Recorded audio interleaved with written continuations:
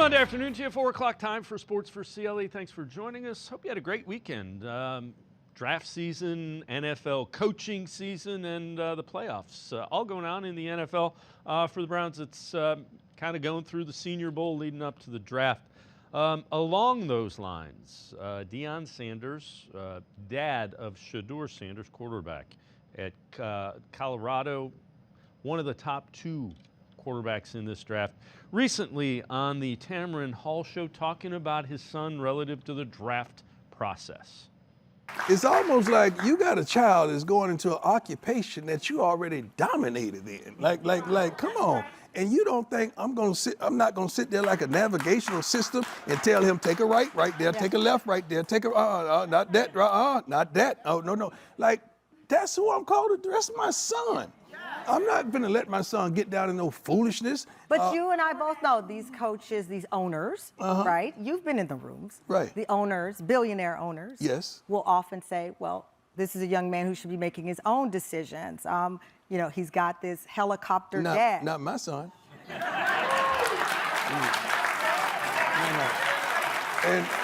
And we ain't in no helicopter. Yeah. So yeah, we ain't. So we Giants, definitely ain't in no helicopter. Giants are you're in the. So have you told him privately who you would like for him to play for? It's not like that. Okay. Like, it's not like who I would like for him to play for. It's a couple teams that I won't allow him to play for. So it's not like that. But this is my profession. I know what's behind the curtain. We ain't got to get back there for me to understand what's behind the curtain and what's not prominent for my son. I'm not doing it. Ain't and no if he doesn't world. listen to you? Who? Who?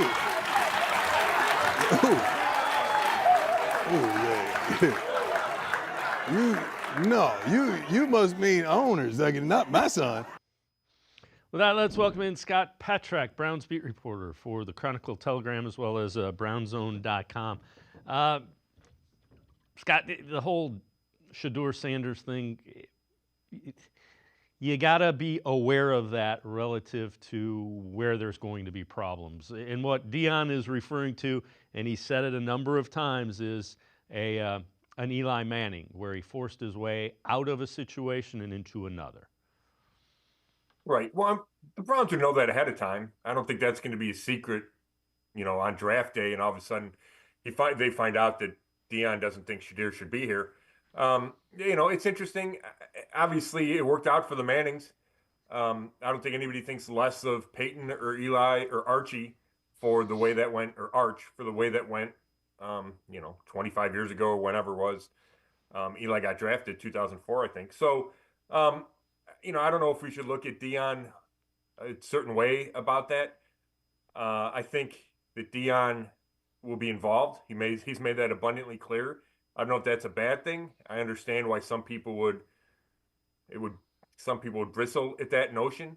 But I also think from a Browns standpoint, Andrew Berry and Kevin Stefanski would impress Deion. I don't know how well they know each other, but I think that would be fine. It would be a matter of, does he look at the Haslams and think that they run an organized organization? And can he trust them to get it right finally, and to get it right at the quarterback position finally? I think that's what Deion's decision would come down to. Yeah, the flip side of it is, to your point, they're going to know.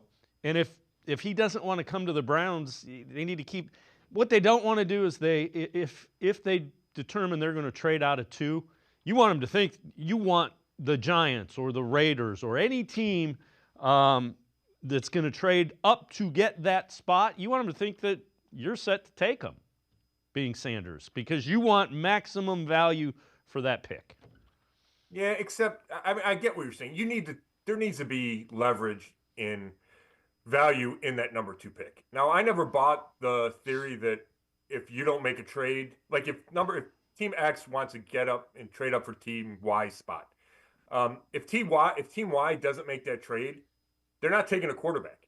Like, if you want the quarterback, you stay and take the quarterback. So you just have to have some kind of belief that maybe another team wants to move up, or, you know, I guess that you could try to sell him that you'll sit there and take him, or you could sell him, we'll sit here and take him, and then you have to come get him after the draft. I don't know who that's, you know, which team that's better for. But it'll certainly add intrigue if we found out that Deion does not want Shedeur to play here, and we're talking about the Browns, then that would add a giant element to this whole draft situation. Yeah, and if you take a look at his numbers, being Shedeur's, they're pretty good. His PFF grade was 91, 90.6 PFF passing grade, 74% completion rate, 37 passing touchdowns. You see over 4,000 yards, 168.2 passer rating. So, again, on the field, pretty good. I mean, holds the ball long. We know the laundry list of things that are concerns. But there's a reason he's considered one of the top 2 quarterbacks in this draft. Without a doubt. And I have not watched a ton of him, but I have read some of the scouting reports. And, I know he's not the kind of guy that wants to be a playmaker. He wants to sit in the pocket and deliver passes. And I like that in a quarterback coming out of college. I think having the structure, having been in a pro system. Pat Shurmur is a coordinator out there. Browns fans know him. He's a longtime NFL guy. He has an NFL system. I think that's respected. He can also give some insight into Kevin Stefanski because he coached with him in Minnesota, and the Haslams to some degree because he was here when the Haslams bought the team, and then they wound up firing Pat before he got a full season with him. So I think there's some things to really like about Sanders as a quarterback, as a prospect. And part of that is the fact that he is really good from the pocket. And I know we see a lot of running quarterbacks these days, but to me, that's still the most important thing. You have to be good inside the pocket. So it'll be, again, those are just things to keep an eye on as the process. And the process will get rolling at the Senior Bowl. I think Shedeur's playing in the Shrine Bowl, so he's not playing in the Senior Bowl in Mobile. But those are all things to monitor as you go through the process. You wrote an article, Kevin Stefanski needs to get the offense back to his roots. Take us through that and kind of your thought behind it. Yeah, talking to guys on Locker Cleanout Day a couple of weeks ago, Joe Bitonio, Jack Conklin off the top, were the 2 most vocal guys that we talked to that day. I think Wyatt Teller, I've talked to him throughout the season, and he agrees with it. Say the way to go is to return to the wide zone play action scheme that Kevin Stefanski brought in 2020. The Browns ran it for a few years and kind of got away from it in increments when Deshaun Watson got here. Right at the end of 2022, they got away from it a little bit. 2023, and then in 2024, it was a pretty sizable departure when Watson was starting at quarterback. So I think it makes the most sense to go back to that, and that means more concentration on running the ball, probably wide zone. It doesn't have to be a wide zone, but there has to be an emphasis on running the ball with a play action pass tied into that. And that's how you take shots. You run the ball, and then you take some shots out of big personnel, 2 tight ends, 3 tight ends. We've seen Stefanski have a lot of success in that. It feels like that's where he's most comfortable. And the important thing is, I think Tommy Rees, the new promoted coordinator, lines up with that. And I also think you have to find the quarterbacks that fit. So if it's, Sanders is that guy as opposed to Cam Ward, if Kirk Cousins is that guy compared to Justin Fields, whatever, all those quarterback options that will be available over the next 3+ months, I believe it should all tie into that type of system. Doesn't have to be identical. There can obviously be evolution to it, and Kevin Stefanski is always looking to add and grow his system. But I think that as the base makes a lot of sense. Yeah, and I mean, think about the guys that we're talking about, Joel Bitonio, Jack Conklin. Those are guys that have been in the league a number of years, have seen why things work and why they don't. The guys that are getting beat on. The other guy you bring up is Tommy Rees again. You mentioned Kevin Stefanski said that he has an incredible football mind. I know you wrote an article about that. I would also say he coached for Nick Saban at Alabama, who called him one of the bright young coaching minds in the game. So clearly, this guy has some innovation and is a young, up-and-coming football mind on the offensive side of the ball. Yeah, and that's certainly how they feel. I know they felt that way about him when they hired him and had him in the building for a couple of months. I think Rees is viewed as a future head coach in this, whether it's NFL or college. We know he interviewed a couple times for that North Carolina job that went to Bill Belichick. I think the fact that he's a former quarterback is important. They see the field, they see the game differently than a lot of players. His dad was a personnel guy in the NFL and college for a long time, so he's grown up around the game. And then to work for Nick Saban, I know it was only 1 year, but the fact that Saban hired him, if you look at some of the guys Saban has had as his coordinator, Steve Sarkisian, he had Brian Daboll, he had Bill O'Brien were some of his coordinators, Lane Kiffin. So he hires guys that have really a good reputation on offense. And then to talk the way that Saban did about Reese after he was there for a year, I think that is important. So I get any kind of skepticism about promoting a guy that was part of the league's worst offense or one of the league's worst offenses. But I think Reese is different because he's so young, because he was new last year. I don't think his fingerprints were all over that offense, but yet the Browns feel there's a huge ceiling for Tommy Reese.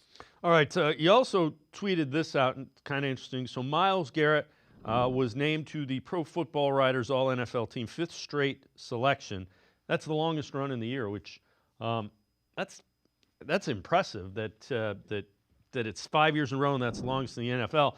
And Garrett had a great year, and it was lost because of 3 wins. Same thing with Denzel Ward, rather. Yeah, there's no doubt about it. And I think it's nice for Myles to get this recognition. I think it speaks to how well he played that he continues to be recognized despite 3-14.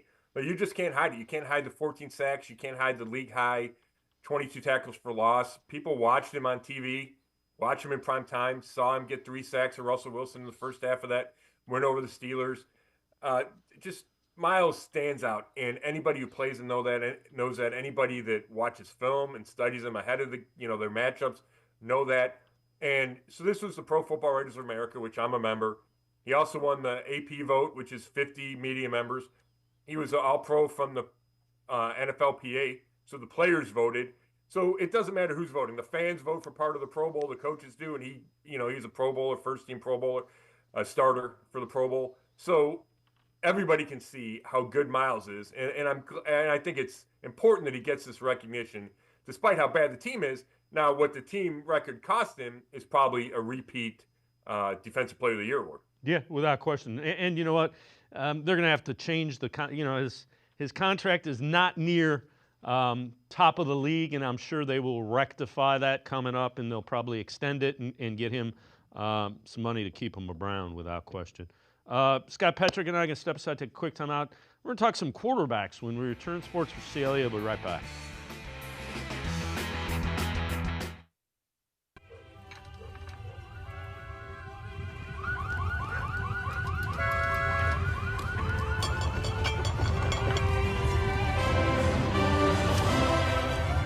Are you ready?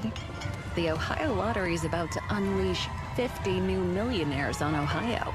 Want a chance to become one? Play VIP Millions. With 50 $1 million winning tickets, it's your best chance to win $1 million ever.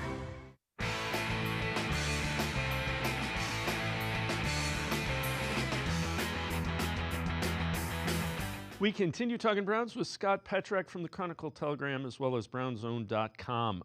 ESPN Cleveland, 850 to sign some potential veteran quarterbacks for next year. Justin Fields, would you take him? He wouldn't be my first choice. Aaron Goldhammer, would you take him? I'd rather have Daniel Jones. Here's what I've seen from him. Throws a great deep ball. I mean, do you remember when the Bears were here? Some of the passes that, He almost won it with a Hail Mary. That's right, he did. Jaw-dropping. Obviously, the athleticism is very impressive. He can win with his legs. Ohio State fans know that. Guys, I think the art of quarterbacking has really evaded Justin Fields. Which is? Decision-making. In the pocket. The accuracy, the taking what the defense gives you. And I also have no idea what the fit of him and Stefanski. That to me is a weird, Justin Fields wants to play in the shotgun. Stefanski wants to play under center. And Scott, I think we've talked about Justin Fields. I'm intrigued by him. I think he has some potential, but I kind of agree. I think the fit isn't there. I'm really intrigued. The more I think about Daniel Jones, the more I'm intrigued by him. I know he had Saquon Barkley, didn't have a great line, and I think they were asking him to do some things that aren't his strengths. I think Kevin Stefanski, what he is asking from a quarterback, Daniel Jones might be able to give him. Yeah, it's interesting. I was really high on Fields last offseason, a year ago. Um, I've soured on him some. I know he won some games in Pittsburgh, but they benched him for Russell Wilson. It didn't feel like I agree with Hammer. It didn't feel like he had a great grasp of the offense. I don't know if he reads the whole field. The run game would have to be part of it from a quarterback's perspective. You can't just ask him to drop back and throw it 40 times a game. So I haven't ruled him out, but I don't think you go all in on the Stefanski offense that we talked about and then bring in Justin Fields. You'd have to adapt. There'd have to be a compromise or a fit there. And then Daniel Jones is interesting. I'm intrigued by anybody that was such a high pick in the draft, whether or not he deserved to be taken there. Obviously, teams see traits, and the guy's got a big arm. He's a great athlete. Again, I do feel like the run game is so much part of who he is that I don't know if that's a perfect fit. I think you want a quarterback that lives in the pocket but can make 5 plays a game scrambling. I think if Daniel Jones is your quarterback, there's designed runs 2 times a quarter. And, I think that would be an area where Stefanski would have to get comfortable because that's not when he's been at his best, is with that type of quarterback. All right, we're going to look at some more of these veteran quarterbacks. This is from the Athletic Quarterback Tracker. We've got a couple of them that we're going to look at. These are free agents. So they go with Russell Wilson. He's 36 years old. Got him to the playoffs, played well October and November, but finished the regular season on a 4-game losing streak, eliminated first playoff game. Probably looking to make more money, so it'll be interesting to see. That was the veteran minimum deal. There are some talk that the Steelers may go with Justin Fields, who we have already talked about, 26 years old, 44 career starts. Interceptions are a problem in the first couple of seasons. They'd probably pair him, being the Browns, with a rookie. Daniel Jones, who we've also talked about, led the Giants to 9 regular season wins and a playoff win in 2022. Got a big new contract, 10 touchdowns to 13 interceptions in 2 seasons. Giants won just 3 of his 13 starts. So the contract will probably be friendly for the team. The last one in this group that we'll do is Jameis Winston. He was with the Browns, 31 years old. Joe Flacco also in that mix at 40. Long shots to return. Maybe Flacco's the most likely of the two. But Winston, threw so many interceptions, it'll be interesting to see. Of those, we've already talked about Fields and Jones. Russell Wilson, if he's out there, Winston, Flacco. I don't love any of those 3 options. Yeah, you could bring back Flacco as the third guy. You go get a starter. You have a rookie that you draft, and then Flacco is the third guy. I'd be great. I'd be fine with that. As far as Russell Wilson, we have to remember, none of these guys that the Browns is going to get is perfect. And they all have flaws, and there's a reason why they're going to be available for the Browns. So with that in mind, I don't mind Russell Wilson. I thought there was a jump in play, a significant jump in his play from Denver in 2023 to Pittsburgh in 2024. And I still think he can throw the ball well. I like his leadership. I know some people think it's phony. Hard Knocks, I was impressed by him. I thought he did a good job trying to get this team to win games down the stretch. So I'd be okay if Russell Wilson were the guy. I think he can have success running Stefanski's offense. Stefanski knew Darrell Bevell, who he interviewed for the coordinator job and didn't hire, but they worked together in Minnesota. Bevell won a Super Bowl with Wilson in Seattle, so he could go to him for advice and kind of copy some things that he did. So Wilson would be pretty high on my list of potential free agent quarterbacks. And again, we'll see. The Steelers could bring him back. There's some talk that they may go to Fields above him, so we'll see. Then the last 3 on this list that we picked: Jimmy Garoppolo, 33 years old, extensive resume, a Super Bowl appearance with the 49ers, 11 seasons in the league, 64 starts. Mac Jones, that's an intriguing one. 49 career starts, wasn't awful in the 7 starts for the Jaguars this season, 65% completion rate, 8 touchdowns to interceptions.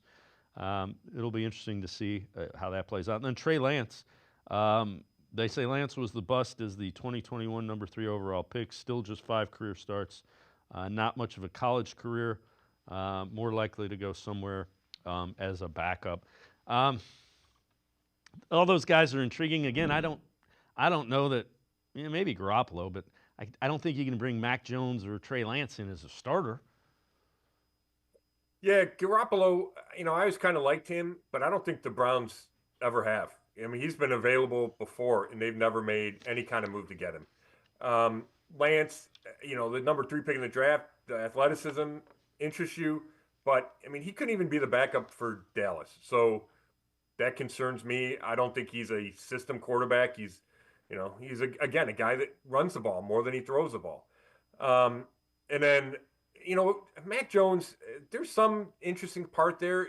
You're betting on a guy that, not to say he's Sam Darnold. Sam Darnold was the 3rd pick in the draft. Mac Jones was later in the 1st round. But it's a first-round guy, started games, has taken some time away, and then maybe you give him another chance, maybe a Geno Smith type of guy. I don't know if Mac Jones has those kind of tools, the physical tools that Geno Smith has.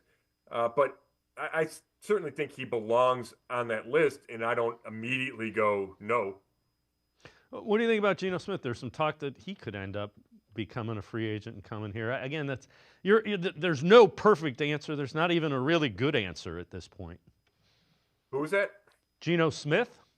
Oh, yeah. I mean, I think Geno Smith, to me, he would move to the top of that list. I think he'd also be the most expensive guy on that list. And, I do think the cost and the salary cap will matter in how they fill this quarterback room.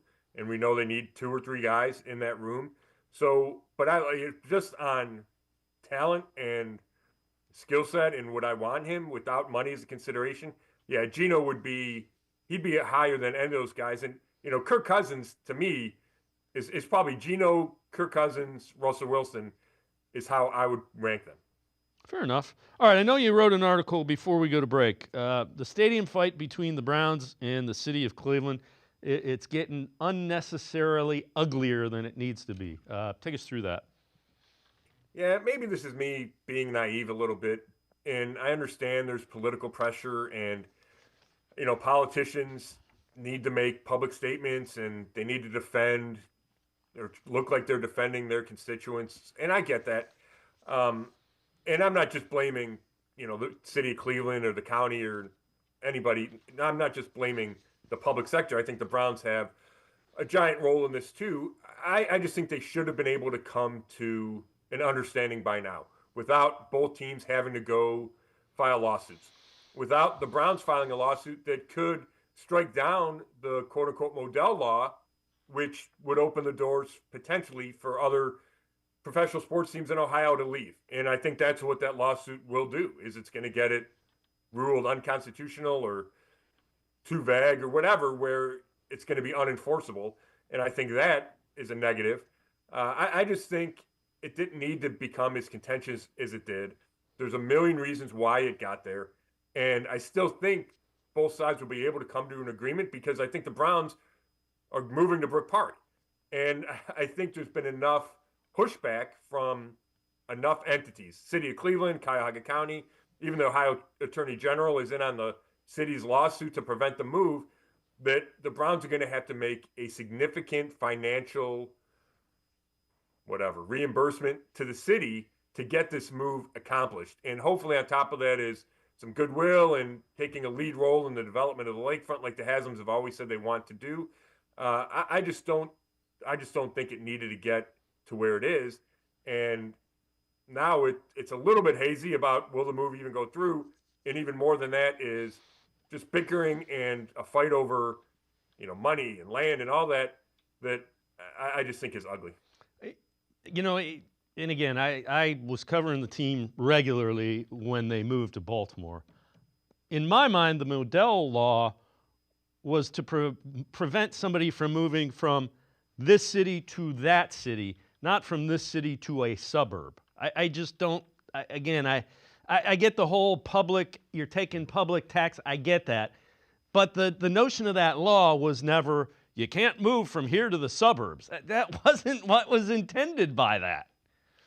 No, I agree completely. And that's a huge part of this. And I think that's why, I don't know if silly is the right word, but that's why I think the city is fighting a battle that it can't win.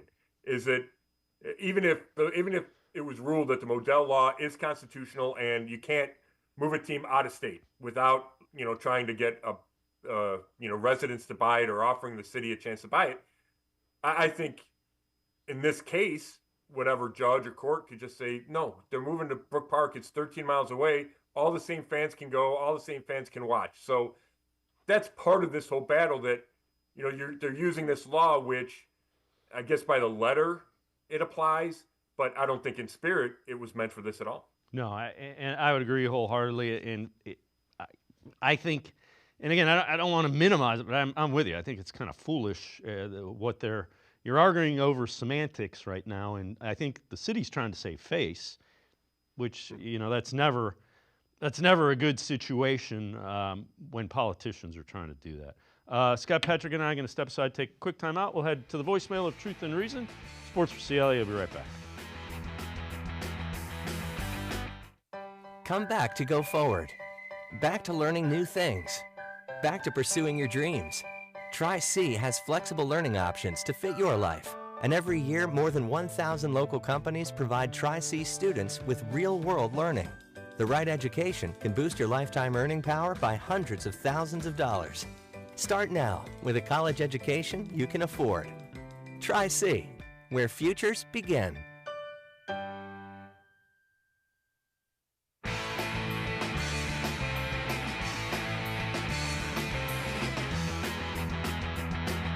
We continue talking Browns with Scott Petrek from the Chronicle Telegram as well as brownzone.com. Let's head to the voicemail of Truth and Reason. Hi, I'm from Colorado. Let's go Browns, but I think we should go get Quinn Ewers. I think he would be a good effect to Kevin Stefanski's offense. I think he would be a good quarterback. I think he would know Kevin Stefanski's offense really quickly.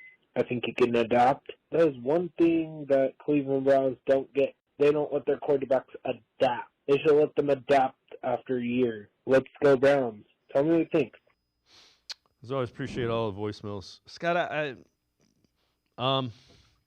Ewers, they're at the beginning of evaluating these quarterbacks.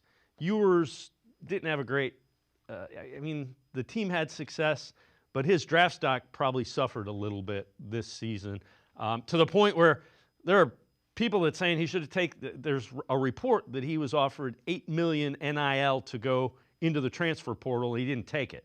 He's probably not going in the first round. He might not go in the second or third round.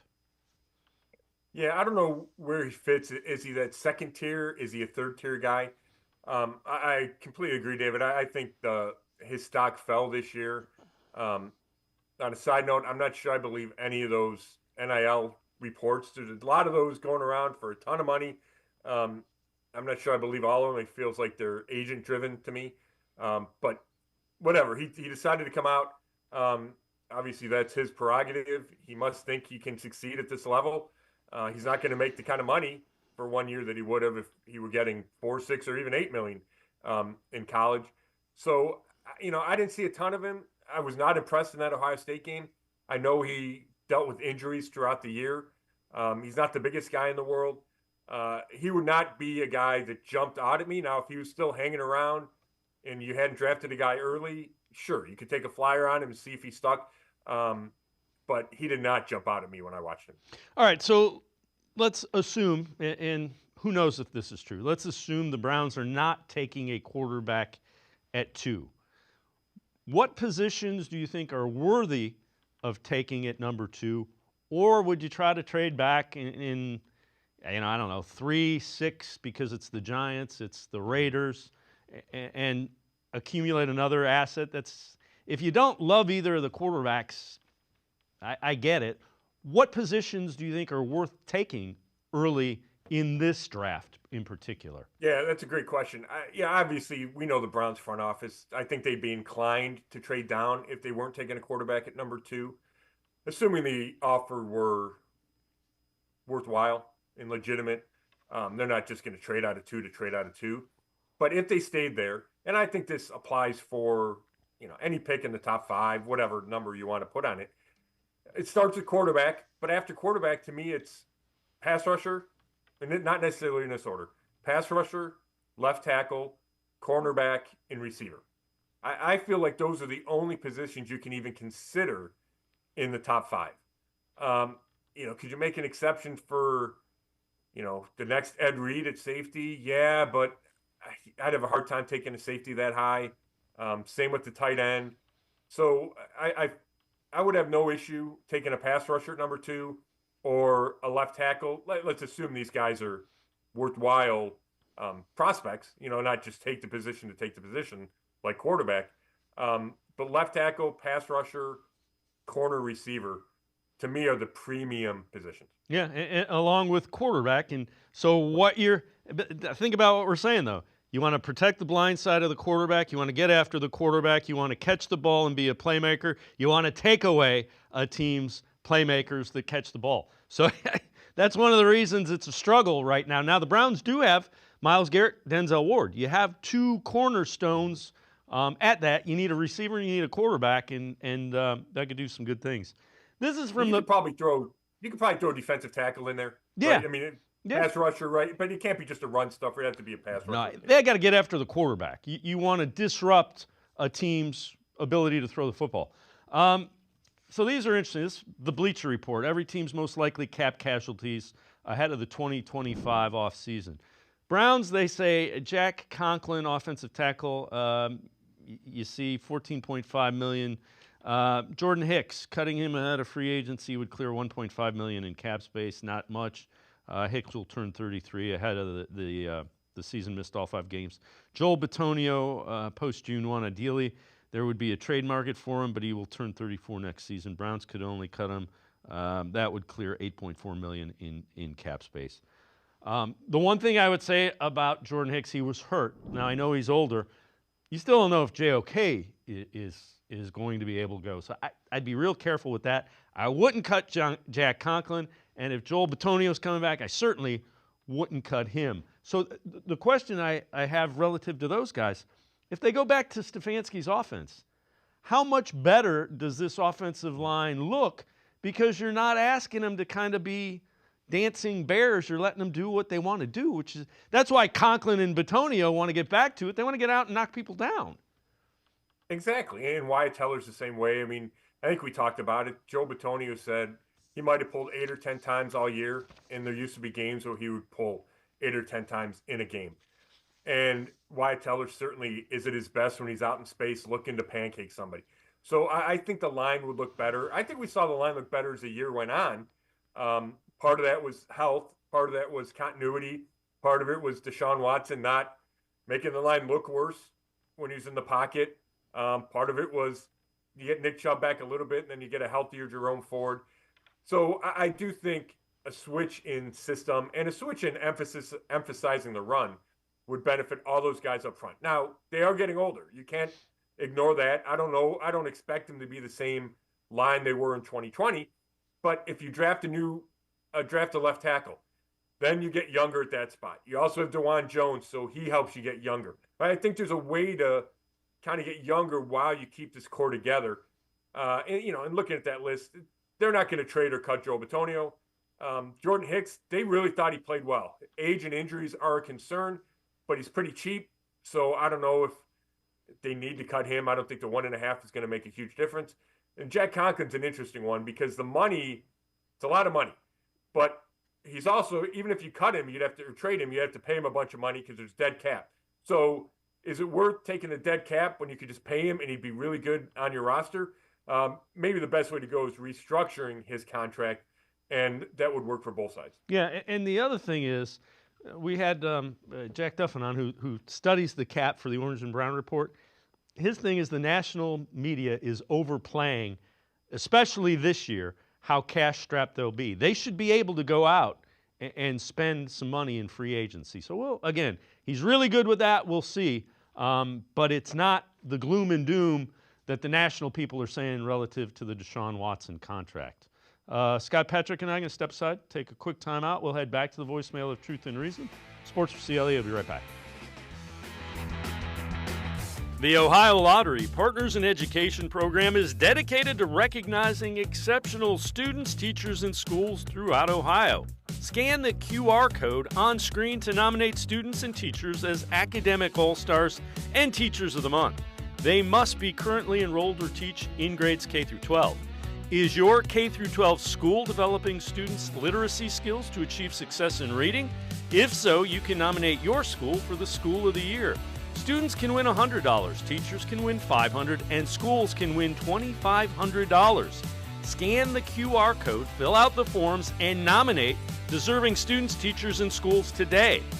The Ohio Lottery Partners in Education program takes pride in honoring exceptional students, teachers, and schools across Ohio. Submit your nomination today. It's fun, fast, and free.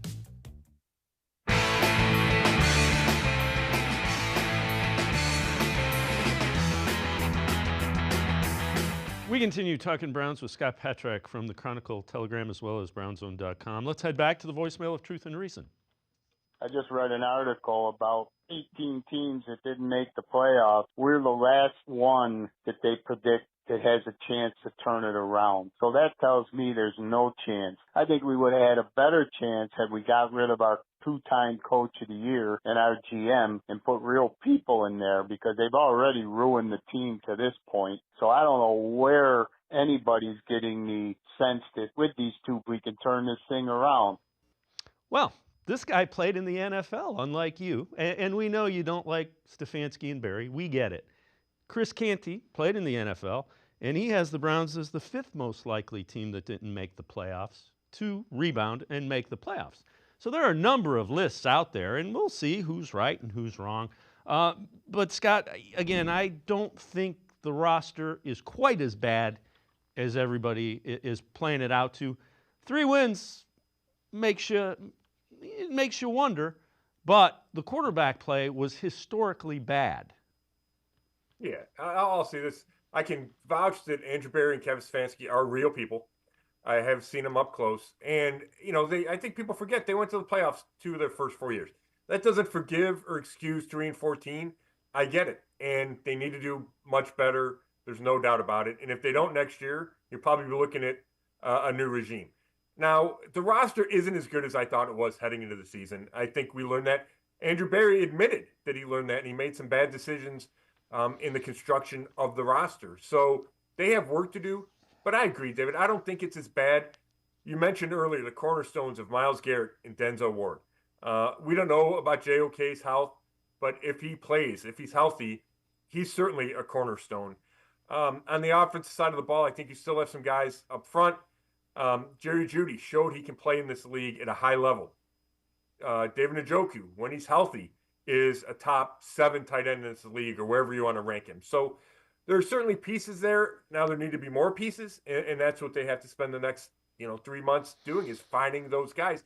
And at some premier spots, starting with quarterback. But if you get quarterback figured out and you fix this offense, which are part and parcel, then everything looks better. The defense looks better. I think the special teams looks better. The roster looks better. But when you're turning it over and have such bad quarterback play, it all looks like garbage.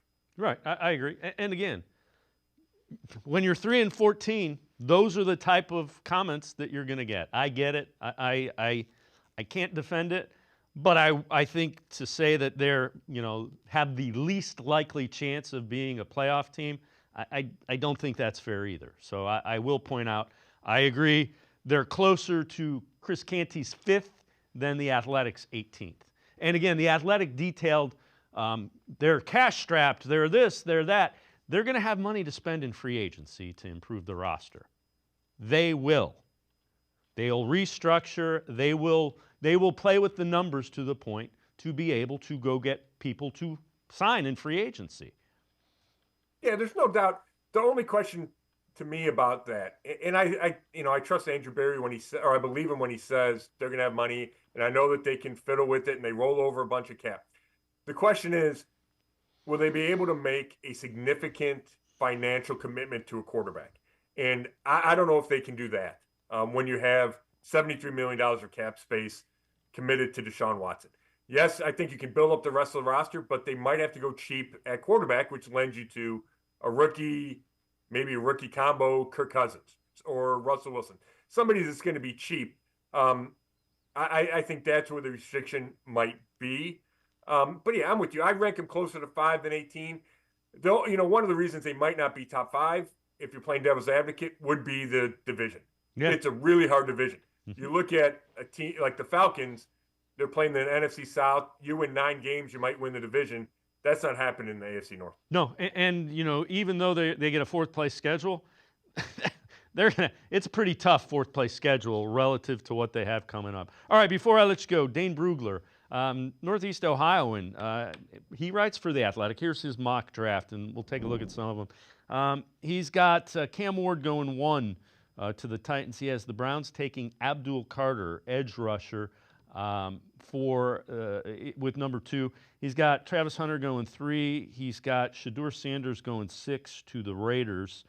He has the Browns coming back second pick in the second round and taking Ariante Ezere, who is an offensive tackle from Minnesota, 1 pick ahead of Jalen Milroe to Alabama. So he has them going edge rusher and tackle with their first 2 picks, which I think that's entirely possible if they don't love one of these young quarterbacks.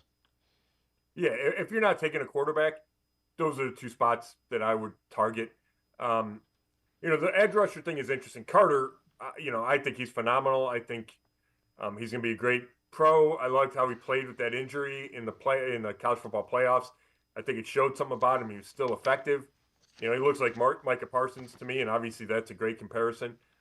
Now, we haven't seen the Browns draft a guy high to pair with Myles Garrett, and I've said they should for a long time, but they haven't. They've gone, middle round draft picks, and then David Clowney. Before that was, why am I blanking on the guy from the Giants? But David Clowney, and then there's Zadarius Smith. But I like the idea of having a young guy learn from Myles Garrett. You get Myles Garrett still in his prime with a guy in the top 5.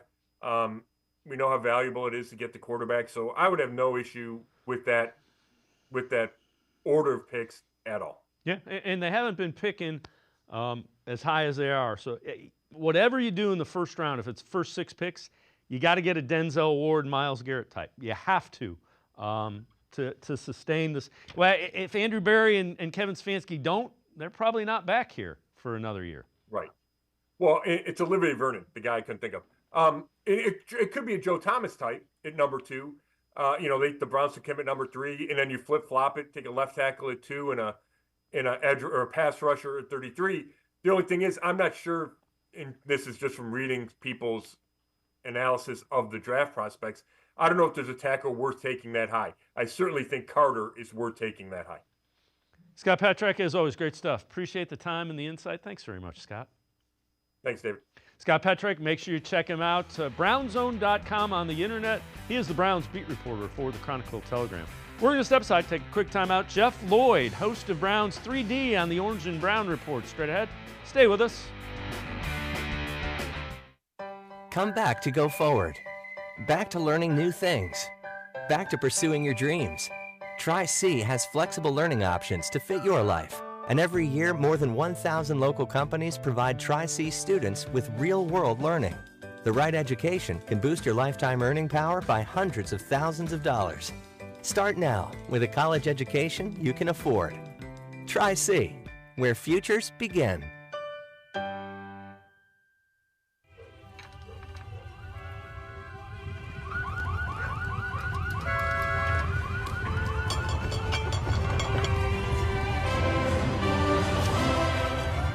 Are you ready? The Ohio Lottery is about to unleash 50 new millionaires on Ohio. Want a chance to become one? Play VIP Millions. With 50 $1 million winning tickets, it's your best chance to win $1 million ever. I am powerful beyond my wildest imagination. I will define my future. I will keep challenging myself to improve. Because I am a future leader of this great nation. I will be responsible for raising a beautiful family. And educating not only my generation, but many more to come. I will make a difference in my community. And I will stand up for what I believe in. I will not settle for simply chasing my dreams. I will achieve them. Because I was given a chance. An opportunity. A home. At Family, Career, and Community Leaders of America. The ultimate leadership experience. FCCLA has been one of the greatest experiences of my life. It's made me who I am today. Join us. We'll build a new future together.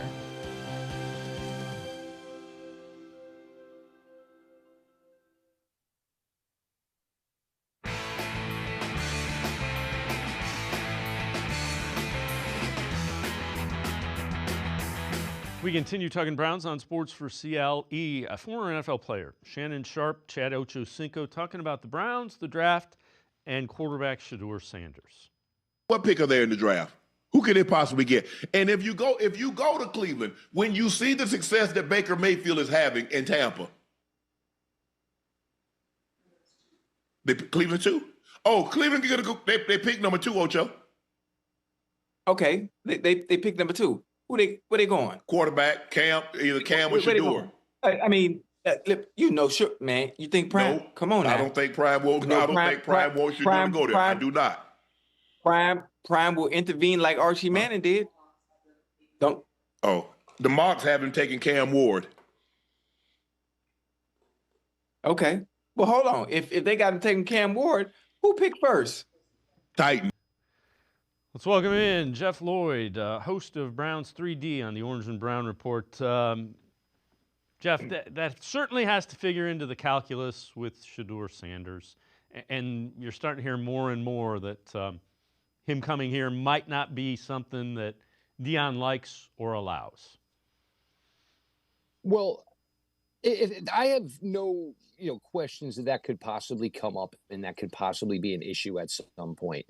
But my thing here is Deion Sanders has always been the king of being his own greatest self-promoter. So I am not taking anything from anybody else other than from Deion Sanders himself. And there's been tweets that Deion has put out there where people tried to say this was going to happen. And he's basically put out that, none of that is in the works. So look, I'm not saying it could or it couldn't be, but the other thing is, I think that this is also with an assumption to be made that the Cleveland Browns are just going to straight up take Cam Ward or Shedeur Sanders at number 2. And that's their game plan. Look, there's still a lot of time for this to all work out. I have my doubts, about Shedeur Sanders and just about the amount of sacks he takes. He is not a very athletic guy.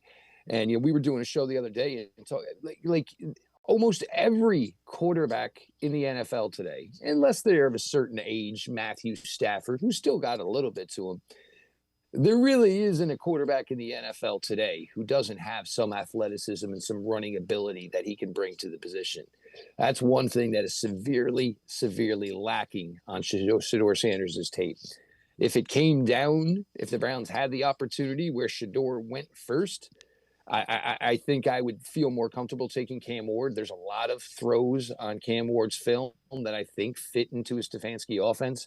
There's a lot of ways for this to work.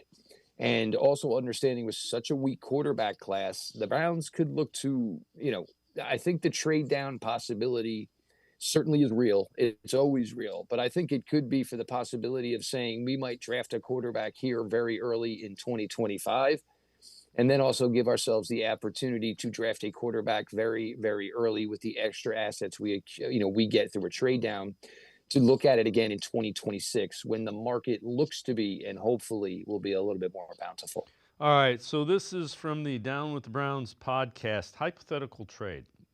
Cardinals receive number 2 pick in 2025 and Cedric Tillman. The Browns get Kyler Murray, the 16th pick, which is Cardinals' first-round pick and the 80th pick overall. And I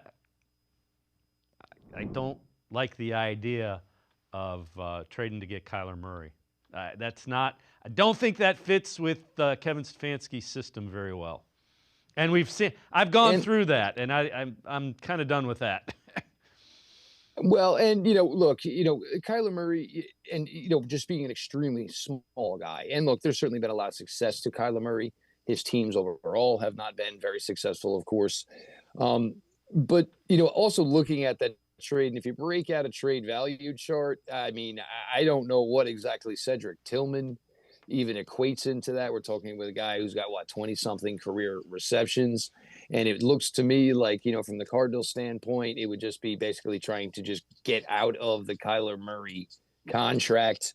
The thoughts of Kyler Murray coming to play, in the AFC, certainly in the AFC North. We know Deshaun Watson couldn't physically survive. We watched it and witnessed it firsthand. Yeah, I might hard no on anything that would go that way. But the other thing also is, look, you're looking at this Browns quarterback position now, and I know a lot of people want to critique Jimmy Haslam, this, that, and the other thing.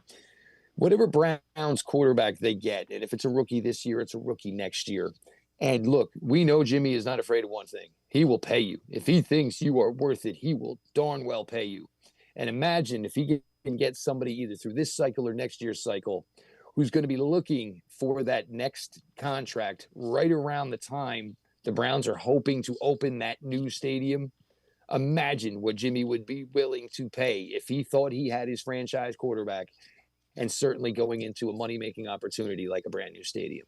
So when you look at it, what's a workable contract or situation for the Browns quarterbacks in 2025? I know you've addressed this on the Browns 3D show. Well, first things first, everybody needs to understand one thing. There's no beautiful name out there. I mean, look, everywhere you go, there are going to be guys with some warts. It's, David, we mentioned this before. It is great that they are most likely, moving on from the Deshaun Watson situation, which was such a Titanic for them as an organization. But it is not the best time in the world to be going to build a new quarterback room. Daniel Jones is a name you seriously have to consider. And, look, I get it, man. I do. But we are talking about a guy that did get his team to the playoffs in 2022, did win a road playoff game in 2022 where he accounted for 400 total yards and 2 touchdowns. Guys like that are a front runner. The Cousins thing, a lot of that's going to come down to health. And, how much more can he be? Was that something that was really holding him back? Because when you equate in age to the injury, you can say, hey, he's never going to get it back. Or B, maybe it just takes him at that age longer to get it back. Justin Fields, certainly a name to kick around.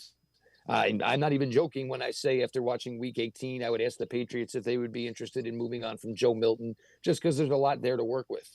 Jalen Milroe is going to be a name that is going to be talked about a tremendous amount between being linked to the Cleveland Browns.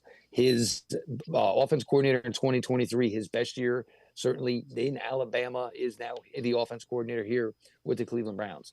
Bubba Ventrone, the Browns special teams coach, will be the head coach for the team in the Senior Bowl that Jalen Milroe is playing for. There's a lot of connections right there. He's not a guy you're going to have to spend pick number 2 on. You could trade down. You might have to go somewhere in round 1 to get Jalen Milroe, who's ridiculously good athletically. He is a very focused student. He's really worked his butt off. He needs a lot of work. He needs a lot of work on his throwing mechanics. He kind of just has a one arm angle, fire everything, which certainly, needs to be tweaked and worked with. He's not going to play right away. But you're bringing in 3 guys and most likely DTR to go to camp next year. Look, it's not an ideal situation to be in, but I'm sure the Browns, understanding how badly they want to get out of that Deshaun Watson, contract and failure that it was, realize, that, hey, it's not the ideal time, but maybe almost anything right now is better than the alternative. Jeff Lloyd and I are going to step aside, take a quick time out. We will continue talking Browns. Stay with us on Sports for CLE. Full Court Action is a half-hour devoted exclusively to men's and women's basketball from across the Mid-American Conference. Hello, everybody. I'm Dave Bacon. Join me at 6:30 Tuesday nights, and we'll meet the coaches and players from the Mid-American Conference who are making an impact in basketball. Full Court Action will spotlight the top plays and performances from all across the Mid-American Conference, with some historical action as well. Catch Full Court Action Tuesday nights at 6:30 on Rock Entertainment Sports Network.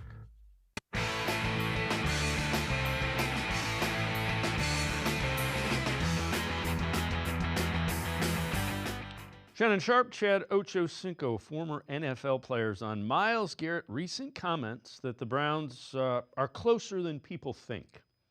No, you're not. No, you're not. Not without a quarterback. Why? Did he really? Yes, quote what he that? said. That's Did what, he I really- mean, we got it in parentheses, so that's what he said. I don't believe that. Quotation, Listen, excuse me. Here we go. We just talked about players being PC, PC, and not truthfully saying how they really feel. You know, you understand the landscape of the NFL. You look at all the teams that are in the playoffs right now. I mean, obviously, it's about offense, it's about defense, but all the teams in the playoffs have what? What's the one common denominator? Every team in the playoffs. A quarterback. I think. You know, don't fool yourself. I think Myles, but you had a merry-go-round and carousel of quarterbacks all season long. You're not going to be able to compete, let alone in the AFC North, until you get a consistent quarterback, a good one at that. Jeff, it's hard to argue. I'll bring a counterpoint. All right. Look at 2023. Look at 2023. It was competent. Yes or no? Joe Flacco was competent. But what did they do? They played a carousel of quarterbacks. Yeah. If 2 years. If you have your other faculties in order, yes, you're telling me that if you all woke up today and I said Josh Allen threw for 126 yards in the semifinal playoff game at home, would any of you for a second believe that the Buffalo Bills won that game? Not in a million years would anybody believe that. Yes, they need improvement at the position, and it's probably not going to be that greatly improved in 2025. But the thing is they're not going to have to tweak the team and adjust a million things around one guy who was basically the whole issue to begin with. And that was my biggest pet peeve of what we've learned that went on here in 2024. All the success you had in 2023, you didn't change anything. Whether it was PJ Walker, whether it was DTR, whether it was Joe Flacco, you were running your system and playing really good defense.